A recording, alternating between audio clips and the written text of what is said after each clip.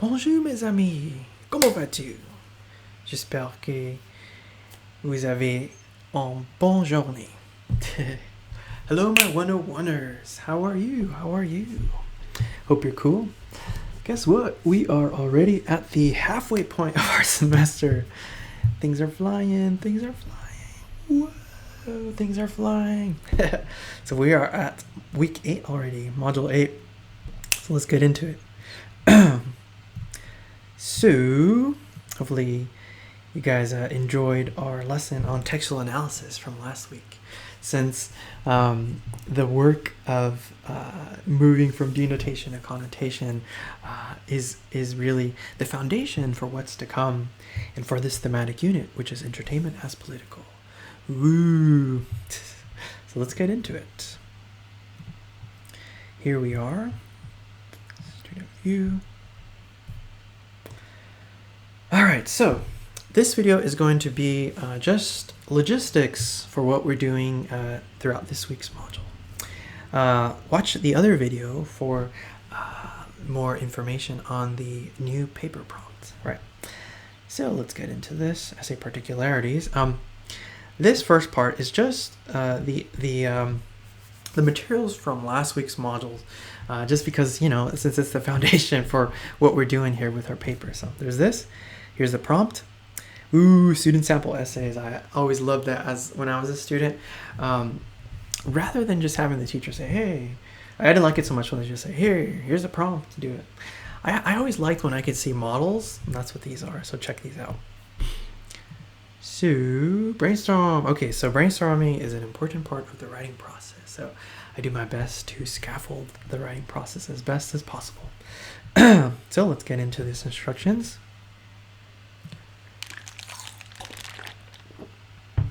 You'll recall from last week that we looked at posters, we looked at the Onion article. Hopefully you enjoyed that. If you'll recall, we made these charts from denotations to connotations. So here's the thing.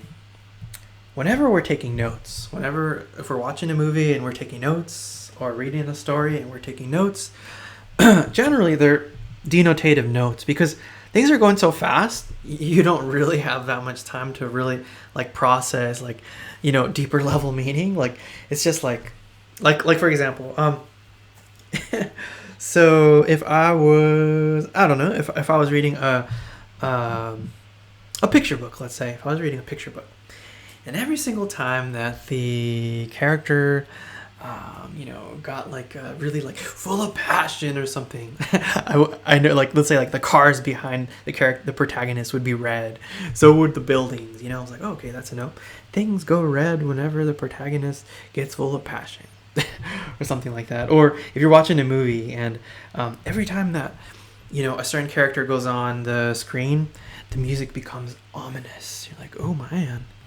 Ominous music. So you could write that, okay, ominous music whenever this character goes on.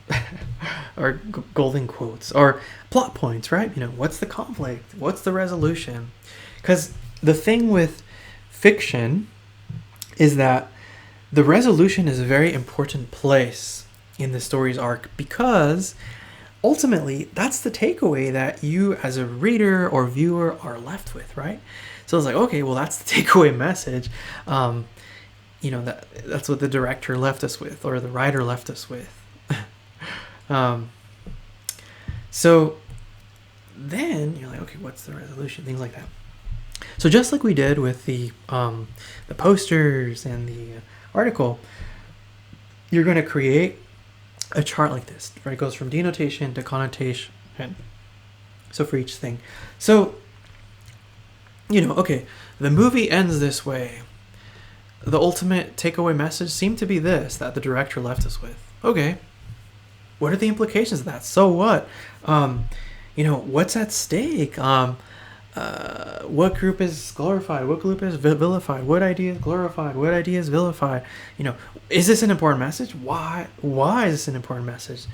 All that stuff. So remember, with connotation, that includes, indirect suggestion, because that's a deeper level meaning. So indirect suggestions, meanings of symbols, Implications, answers to the so what question, right?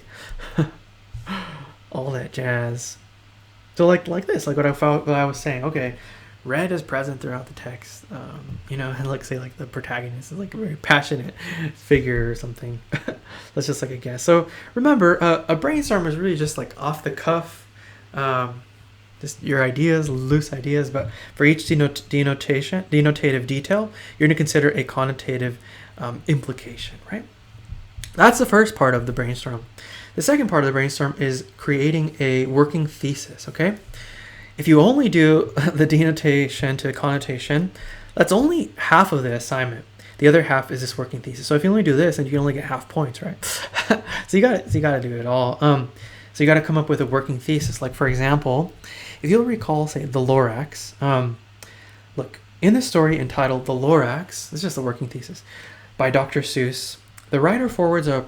Oh, sorry. Before I continue, your thesis has to be grounded on connotation. Don't just tell me, here's what happens in the story. First, blah, blah, blah, blah, blah. Then, blah, blah, blah. No, it has to be grounded on connotation. This could be like a deeper level meaning, or maybe a particular representation of a historical moment.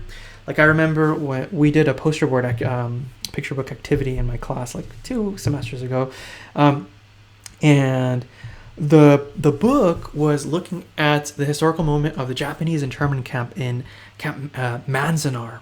So, I remember that the student was considering just how this historical moment was being represented, right?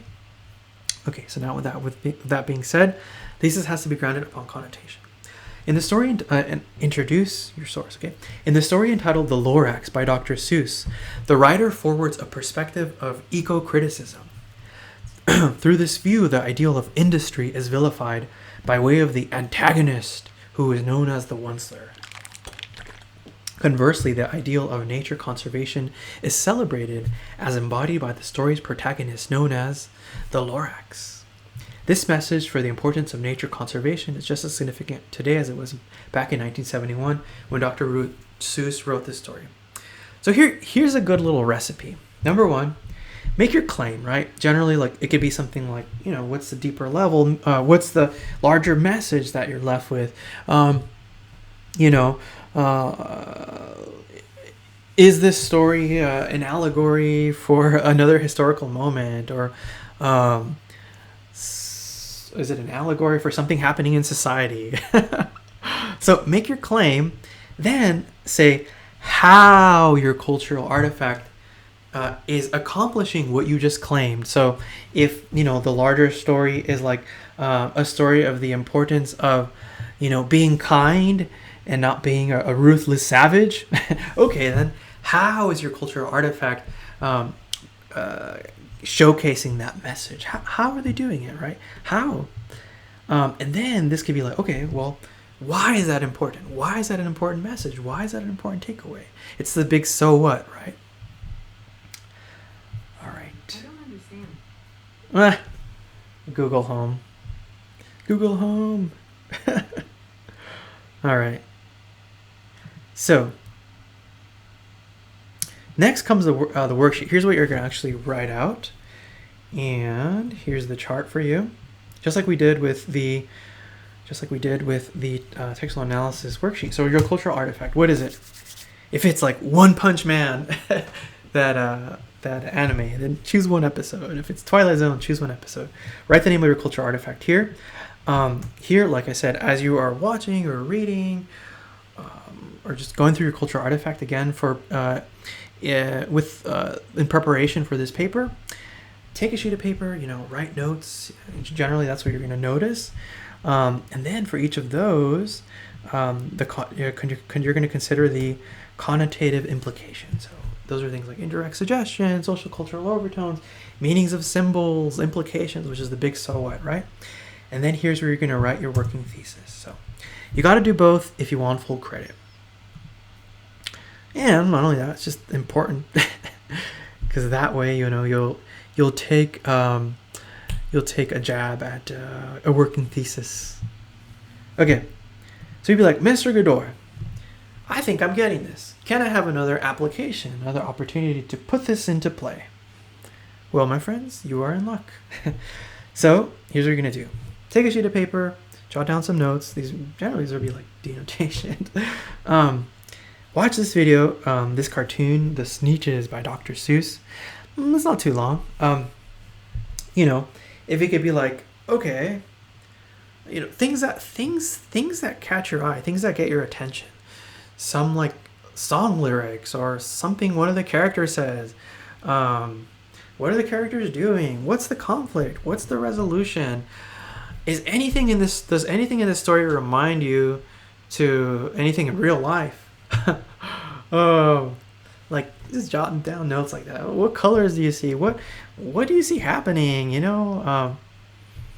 So then once you do that, you're going to create a working thesis based upon, you know, some of your observations from denotation. So, you know, if it's like, okay, you could be something like, in the Dr. Seuss cartoon. So in the cartoon, The Sneetches, and in the Dr. Seuss cartoon, The Sneetches, the writer showcases a larger takeaway message of blah blah blah.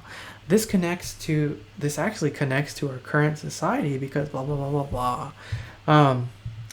The way that the writer accomplishes through this cartoon is by blah blah blah blah blah. This is important because blah blah blah blah blah. Boom! You got yourself a nice thesis. Okay, so after you do that, remember to also reply to at least one classmate's post. And c'est fini, es todo, my friends, for this week's logistics. Check out the other video for the actual essay prompt. So, other than that, have a good week.